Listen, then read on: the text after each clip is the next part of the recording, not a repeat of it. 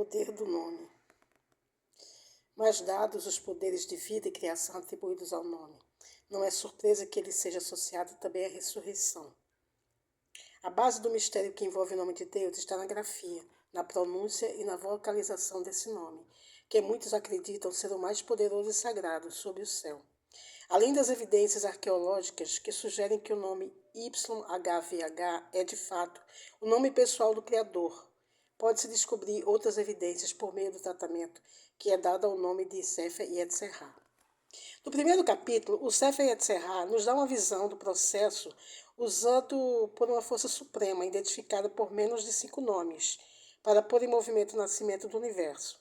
A primeira frase do capítulo nos diz que Deus criou o seu universo com 3 maneiras de conhecer e transmitir informação. Com 32 místicos caminhos de sabedoria, gravou YHVH dos exércitos, Deus de Israel, o Deus vivo, El Shaddai, alto e exaltado, habitante em eternidade e santo em seu nome. Ele criou o seu universo com 3 livros, com escrita, com números e narração. Geralmente é aceito pelos estudiosos do hebraico bíblico que o primeiro nome dado ao Criador nessa frase, YH, é uma antiga forma do nome YHVH. A incerteza que cerca esse nome parece vir da derivação. Essa pode ter sido a forma original do nome depois expandida para YHVH, ou pode ser uma forma contraída de YHVH, abreviada à sua essência, YH, que se traduz por eterno. A forma YH é encontrada ainda hoje nas escrituras tradicionais, como as versões restauradas das Bíblias hebraica e cristã. Na Torá, em Êxodo 15:2, lemos: Iá é a minha força e o meu canto. Em algumas versões do Antigo Testamento, essa referência a Deus é traduzida por o Senhor, mas o texto hebraico mostra claramente o nome de Deus, Iá, Iá, com as letras I, O, D e H, E, Y. No Haggadah, há uma menção direta de Iá como nome de Deus. O texto narra a história do casamento de Adão e Eva no jardim e deixa pouca dúvida na mente do leitor quanto ao nome pelo qual Deus se revelou na terra, mesmo antes do tempo de Moisés. Depois do casamento, Adão e Eva mudaram seus nomes para refletir a mudança que essa união tinha causado dentro deles. Diz o texto que eles foram os primeiros da nossa espécie a incorporar o nome de Deus aos próprios nomes. Adão chamou sua mulher de Isa e a si mesmo de Ishi, abandonando o nome Adão que carregava antes da criação de Eva, porque Deus acrescentou seu próprio nome, Iá, aos nomes do homem e da mulher, Iod para Ishi e Re para Ishá, para indicar que, enquanto caminhassem nos caminhos de Deus e observassem seus mandamentos, seu nome os protegeria contra todos os males. Itálicos do autor. Embora os comentários hebraicos não concordem todos a respeito de YH ser ou não o nome do divino, da perspectiva de Haggadah e do Sefer Yetzirah, há poucas dúvidas de que é. Esse texto inicial de Sefer Yetzirah relata como presença divina chamada YH realizou o ato da criação usando 3 tipos de informação: escrita, numérica e falada. O universo a partir de um único nome. Na tradução do Rabino Kaplan dessa parte do Sefer Yetzirah, Deus criou o seu universo com o texto Sefer, número Sefar, e comunicação Sipur, parênteses do autor. O Rabino esclarece as sutilezas dessas 3 maneiras de conhecer, expandindo a tradução do texto, número e comunicação para incluir qualidade, quantidade e comunicação, respectivamente. Depois da introdução, o texto conta com os 10 sefirot do nada. As 10 esferas da árvore da vida foram criados. Cada sefirot, ao ser formado no vazio do universo, trouxe determinadas qualidades à existência. Qualidades que espelham todos os elementos da vida e da criação. Devido ao ressurgimento do interesse pela Cabala, há vários textos excelentes dedicados à compreensão e aplicação dessa sabedoria eterna ao mundo moderno. Mas neste livro vamos nos concentrar apenas nas partes de Sefer Yetzirah, que levam diretamente a mensagem oculta em cada célula do nosso corpo. Depois do trecho em que os 10 Sefirot surgem do vazio e o Sefer Yetzirah detalha o processo pelo qual Deus implementou sua criação, sua criação.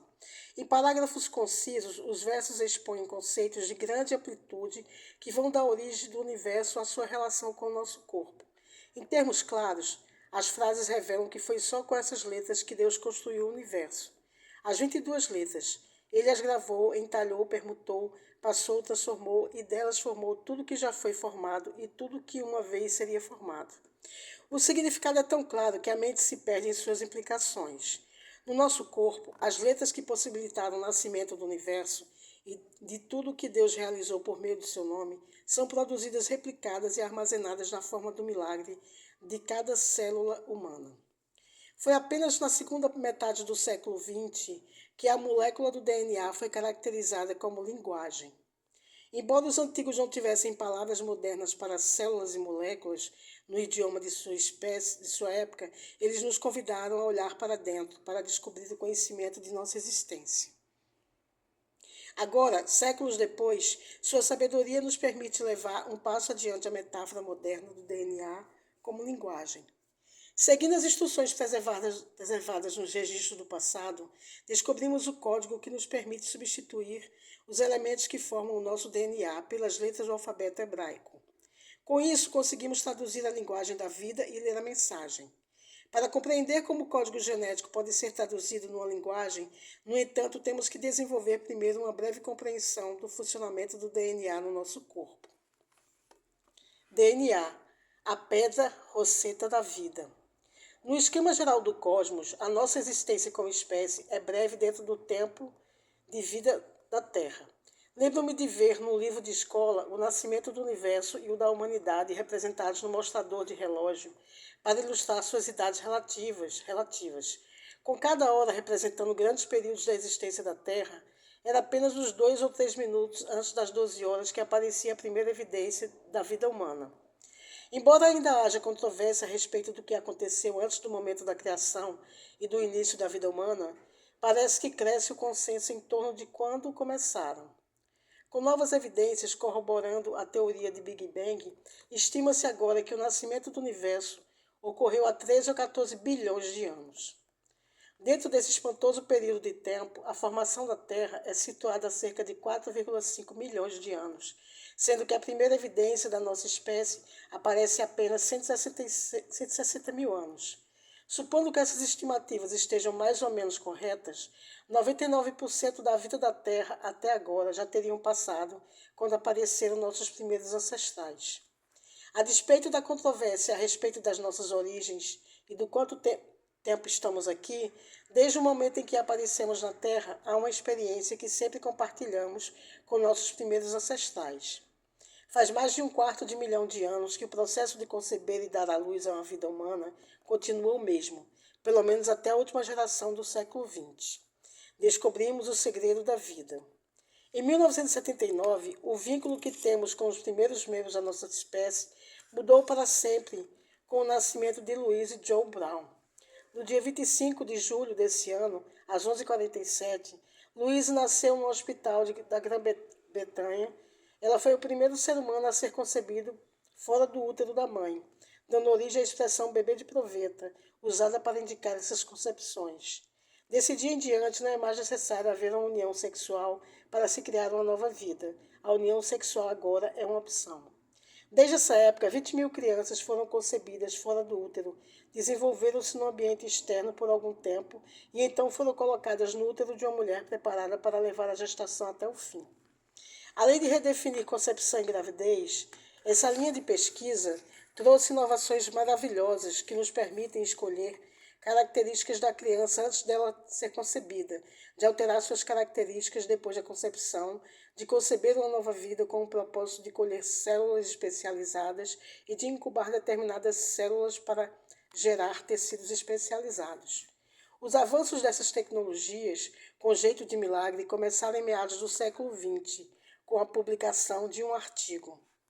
Em 1953, a revista inglesa Nature publicou um artigo de James Watson e Francis Crick intitulado Estrutura Molecular de Ácidos Nucleicos, uma estrutura para o ácido desoxirribonucleico. Com a publicação desse artigo, abriu-se a porta para alterar, manipular e reestruturar a própria essência da vida. A molécula de DNA. Embora o trabalho de Watson e Crick incluísse a pesquisa de dois outros cientistas do King's College de Londres, Rosalind Franklin e Maurice Wilkins, foi sua descoberta da estrutura em dupla hélice que resolveu o mistério do comportamento genético e lhes valeu o Prêmio Nobel em 1962. Como acontece muitas vezes, no momento informal, depois de horas de pesquisa, Francis Crick entrou no Eagle Pub em Cambridge, na Inglaterra, e alardeou a magnitude de suas descobertas daquele dia. Como Watson relembrou depois, Crick declarou que tinha descoberto o segredo da vida com aquele trabalho. Foi essa descoberta que nos levou à tecnologia que possibilitou o nascimento não convencional de Louis Brown. As repercussões éticas da descoberta de Watson e Crick são debatidas ainda hoje, desdobrando-se em questões como clonagem humana, pesquisa de células-tronco e responsabilidade pelos primeiros estágios da vida. O alfabeto do DNA, traduzido. Desde que o código da vida foi descoberto, cientistas e não cientistas se referem a ele como linguagem. No verão de 2000, numa rara entrevista a respeito de questões científicas, o presidente Bill Clinton falou à imprensa ladeado pelos líderes de suas companhias que tinham terminado a maior pesquisa cooperativa da história, o Projeto Genoma Humano. Combinando esforços, eles produziram o primeiro mapa do nosso código genético e abriram a porta para uma nova era das ciências médicas e científicas do século XXI. Ao falar da importância desse marco, Clinton declarou que o genoma é a linguagem que Deus criou a vida. Frequentes como são, essas referências são usadas em geral figurativamente, indicando os elementos da vida, a linguagem do código químico da vida. No entanto, as relações apresentadas antes neste livro deixam claro que o DNA pode ser visto como linguagem real de um alfabeto antigo e traduzível. Essa linguagem preserva uma mensagem que transcende quaisquer diferenças que possam nos separar como família humana.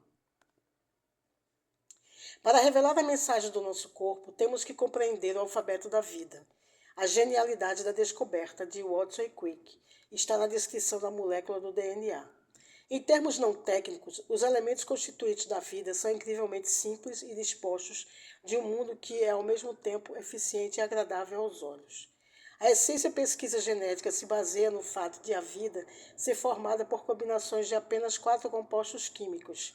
Essas unidades básicas da vida, adenina, timina, guanina e citosina, A, T, G e C, respectivamente, chamadas bases do DNA, carregam todas as informações necessárias para produzir cada forma de vida que possa existir. Dos menores organismos unicelulares aos cerca de 100 trilhões de células que formam um corpo humano, o código de cada forma de vida é formado por arranjos diferentes dessas 4 bases. Mediante um processo que só é compreendido parcialmente, as bases se dispõem em pares precisos, conhecidos como pares de bases, sendo que cada par contém padrões que se combinam aos outros pares para produzir o modelo da vida. Em outras palavras, cada base funciona apenas com um determinado padrão. A guanina sempre faz par com a citosina e a adenina sempre faz par com a timina. Os pares ficam dispostos de modo a formar os degraus de uma estrutura semelhante a uma escada em espiral, a conhecida dupla hélice. Esses pares de bases formam a notação do código genético que se tornou tão conhecida nos últimos anos. No dia 26 de junho de 2000, o mundo ficou sabendo que 2 companhias concorrentes, uma particular e a outra federal, tinham juntado seus recursos para produzir o primeiro mapa da disposição das bases que formam o DNA humano. Para ilustrar esse mapa, correntes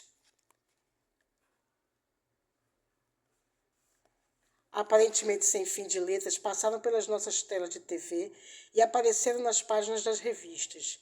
As sequências, algumas das quais tinham centenas de letras, representavam as bases que tinham sido identificadas em diferentes lugares da molécula do DNA humano. Essas combinações são conhecidas como genes. São grupos de genes que formam os 23 pares de informação viva, cromossomos, que nos tornam únicos enquanto espécie. A seguir, uma parte do cromossomo humano número 1 para ilustrar a aparência desse código.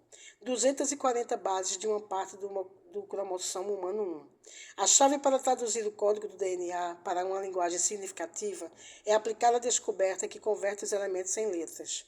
Com base em seus valores equivalentes, o hidrogênio se transforma na letra hebraica, iod, Y, o nitrogênio na letra rei, H, e o oxigênio na letra vav, e o carbono V, e o carbono na letra gímel, G.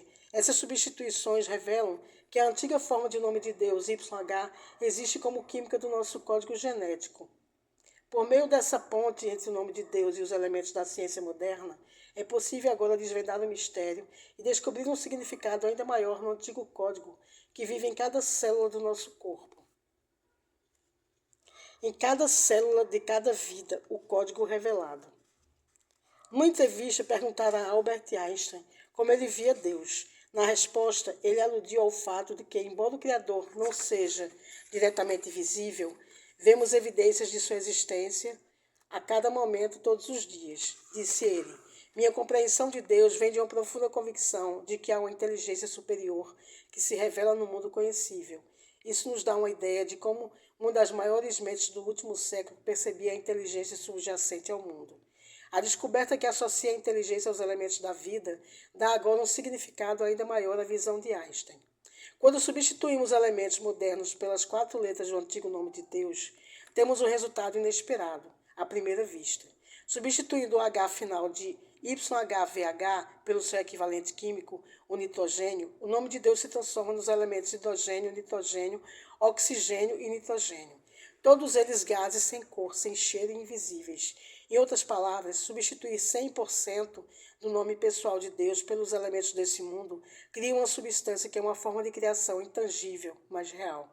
Na verdade, as primeiras definições de Deus dizem que ele é onipresente e que no nosso mundo assume uma forma invisível aos olhos. Então, ele só pode ser conhecido por meio de suas manifestações. O Sefer Yetzirah chama a forma não física da presença de Deus de sopro de Deus. 10 Sefirot do nada. Um é o sopro de Deus vivo, a vida dos mundos. Esse é o sopro sagrado. Além disso, os primeiros capítulos do Gênesis relatam que é nessa forma não física que o Criador estava presente no tempo da criação. Gênesis 1, 2. Foi o Espírito de Deus, destaque do autor, que primeiro andou pela face da terra. Sefer Yetzirah. Diz ainda que a primeira letra hebraica a emergir do vazio da criação foi a letra mãe, Aleph, que tornou o universo possível. Por meio de um segredo místico, Aleph se transformou no primeiro elemento a surgir no nosso universo, o hidrogênio, assim como na primeira letra do nome de Deus, Iod.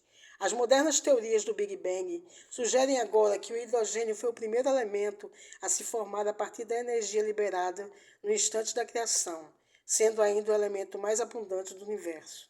Os dois relatos parecem descrever o mesmo elemento. De maneira bem específica, o Êxodo nos diz que o nome YHVH foi revelado como nome pessoal de Deus. Em termos igualmente claros, é revelado que a humanidade foi feita à imagem de Deus.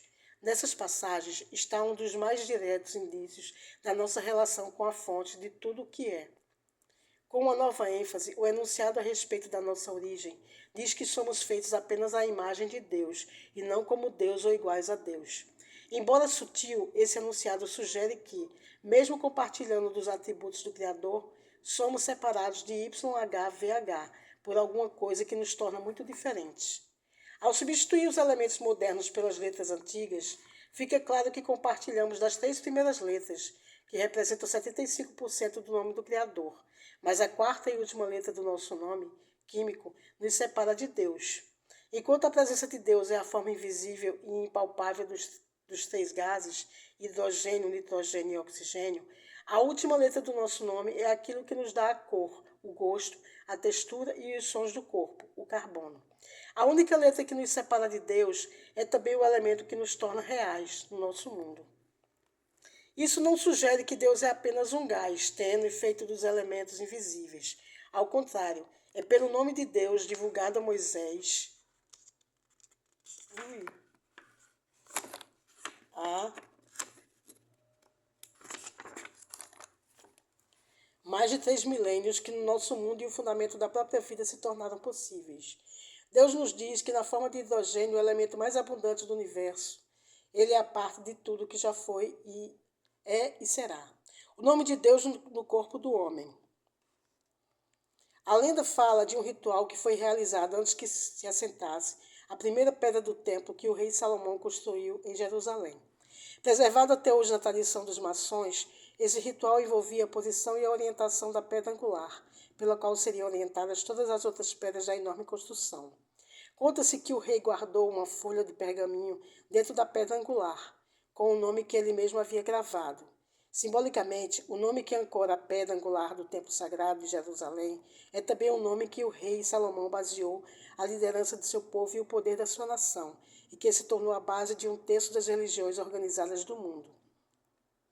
Esse nome era o tetragrama YHWH, o nome eterno de Deus. Um exame ainda mais detalhado das letras que formam o nome de Deus e o corpo do homem esclarece precisamente o que essa antiga relação nos diz hoje. Embora nas versões originais dos textos bíblicos o nome de Deus seja YHWH, há também a versão abreviada YH, como já foi observado. Em geral, os estudiosos aceitam os dois nomes, YHWH e YH, indiferenciadamente.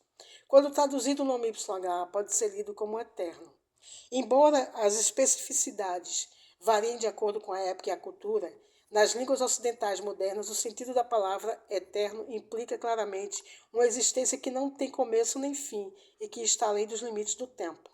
É precisamente esse aspecto eterno que é comum ao nome de Deus, YHWH, e ao corpo do homem, YHWG. Por meio dos códigos secretos da antiguidade, formados por letras e da tradução do DNA no alfabeto, mostramos que há em nossa existência alguma coisa duradoura e eterna. Compartilhamos aquela qualidade sem fim com o nosso Criador por meio de 50% dos elementos que definem nosso código genético. YHWH, o nome de Deus. YHWG, o nome do homem. YH, Deus eterno, constitui metade do nome de Deus e o nome codificado nas nossas células. A promessa de Deus no corpo do homem. O segundo aspecto do nosso nome químico leva a nossa relação com Deus a um novo nível. Além disso, descreve precisamente como Deus existe no nosso corpo. As duas letras seguintes, VG, do nosso nome, em letras hebraicas equivalentes ao DNA, YHVG, ilustram a natureza dessa relação. É importante observar que, na ciência da gematria, os códigos numéricos dos alfabetos antigos são sensíveis à ordem das letras, assim como 1 mais 2 e 2 mais 1 dão o mesmo resultado, 3. As regras dos códigos formados por letras permitem as mesmas considerações com os valores das letras. Além disso, nos mistérios da Cabala, a ordem inversa alterada de um conjunto de letras muitas vezes é associada às esferas alternativas da criação. Enquanto as qualidades relacionadas a um tal espelho variem, o significado em si não muda. Então, no caso do VG ou GV, do nome da humanidade, YHVG, vamos examinar a tradução literal para uma maior compreensão. Na língua hebraica, as letras GV indicam a ideia de dentro, ou mais especificamente, no interior do corpo. Dos 231 portões místicos da criação mencionados no Sefer Yetzirah, GV representa um DM, a raiz do nome Adão, que significa sangue. A combinação dessas traduções da mensagem nas nossas células oferece agora uma visão inédita da nossa relação com a criação por meio do nome de Deus. Quando substituímos os elementos do DNA pelos seus equivalentes em letras hebraicas, revelamos a mensagem que está escrita em cada célula do nosso corpo. YH, forma abreviada e aceita de YHWH, eterno, um antigo nome de Deus. VGGV, dentro do corpo. Uma tradução literal revela a mensagem. Deus eterno dentro do corpo. Substituindo essas palavras pelo nosso código genético, podemos agora mostrar como o nome literal de Deus forma a mensagem que existe dentro de cada célula do nosso corpo. Deus eterno dentro do corpo. Uma ilustração gráfica dessa substituição mostra que por meio de várias combinações das 4 bases do DNA, adenina, timina, guanina e citosina, é possível criar a substância da vida a partir do nome que existe no nosso corpo. Fica igualmente claro que as bases do código contêm graus variados da presença de Deus dentro do corpo. Dissemos antes que as letras T, C, A e G são abreviaturas para as combinações de hidrogênio, nitrogênio, oxigênio e carbono, que formam as bases do DNA. Substituindo cada elemento pela letra hebraica equivalente, vemos como a vida humana é criada a partir das variações do nome de Deus no nosso corpo. Embora exijam mais estudos, essas correlações abrem a porta para uma nova maneira de ver a nossa relação com Deus e com a criação. Esse processo representa apenas o começo de um estudo mais amplo, que leva a uma compreensão muito mais profunda. Embora as ligações entre a linguagem e os elementos não cheguem a definir quem é o Deus das nossas preces, ou qual seria a aparência dessa presença, elas nos oferecem uma visão inédita da nossa relação com o mundo e com os outros. A respeito da figura 6.8, várias conclusões vêm imediatamente à luz. Quando correlacionado ao alfabeto hebraico, o código da vida se torna uma mensagem traduzível. Diferentes formas de base de DNA produzem a mensagem em graus variados de repetição. 50% da mensagem que trazemos nas células significa literalmente Deus eterno. Os restantes 50% do nosso código genético significam dentro do corpo, indicando onde podemos encontrar a natureza eterna de Deus neste mundo. As mais prezadas tradições da humanidade falam da nossa relação com o poder maior e da natureza duradoura dessa relação. No mínimo, a descoberta do nome de Deus em cada célula da vida revela uma mensagem, assim como uma promessa que transcende quaisquer diferenças entre nós. No sentido muito real, a base da nossa existência é formada por uma essência ilimitada, irrestrita e eterna. É essa centelha da criação que textos como Sefer Yetzirah comparam ao Criador, uma centelha compartilhada por meio de pelo menos 50% do nome que constitui nossa existência, que contém a promessa de que cada um de nós pode se tornar mais do que as condições e limitações da vida impõem. Essa é a promessa compartilhada por cada homem, mulher, criança e ancestral de nossa família global, na forma da mensagem viva codificada em cada célula do nosso corpo. Sumário do capítulo 6. Devido à natureza infinita da existência de Deus, ele é identificado por nomes que descrevem suas manifestações, como YH, o Eterno, El Shaddai e o Criador. O nome YHVH é considerado tão sagrado na tradição hebraica que em suas mais de 6.800 ocorrências na Torá, ele foi substituído por outro nome para impedir o mau uso e o desrespeito. A estrutura da vida é feita de diferentes combinações de apenas 4 bases de DNA, sendo cada base formada pelos 4 elementos da vida: hidrogênio, nitrogênio, oxigênio e carbono. Nova descoberta: a substituição dos 4 elementos do nosso DNA pelas letras representadas pelo antigo código numérico oculto, revela que a base da vida é feita de várias combinações do antigo nome de Deus, YH, que significa eterno. Além do nome em si, as letras VG, que significam dentro do corpo, estão codificadas nos restantes componentes da vida. A mensagem é um lembrete de que a vida humana, assim como a vida em geral, é unida por uma herança comum. Embora não elucide a origem do código em nossas células, o simples fato de sua existência e a pouca probabilidade de essa mensagem ter se formado por acaso sugere que há uma inteligência e uma intenção subjacente à nossa origem. E aqui terminamos o capítulo 6. Espero que vocês estejam gostando do conteúdo. Se estiverem gostando, aproveite para se inscrever no canal, compartilha, ativa o sininho das notificações. E se tiverem interesse em adquirir o livro, o link do livro vai tá fixado no primeiro comentário, tá bom? Muito obrigada pela sua companhia e até o nosso próximo vídeo. Gratidão. Eu desejo que esse conteúdo transforme sua vida, tornando-a muito mais plena e muito mais feliz. Um grande abraço e gratidão.